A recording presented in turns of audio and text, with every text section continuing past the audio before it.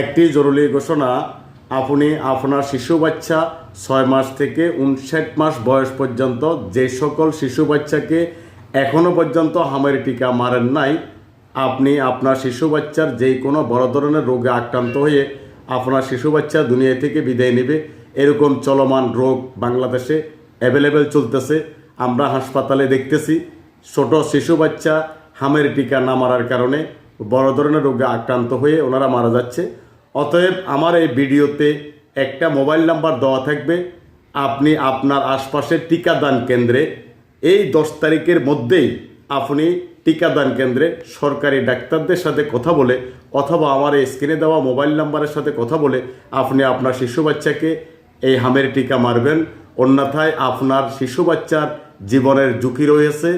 আপনার শিশু বাচ্চা যেই কোনো মুহূর্তেই ছোট রোগ থেকে বড় রোগে আক্রান্ত হয়ে আপনার শিশু বাচ্চা মারা যেতে পারে।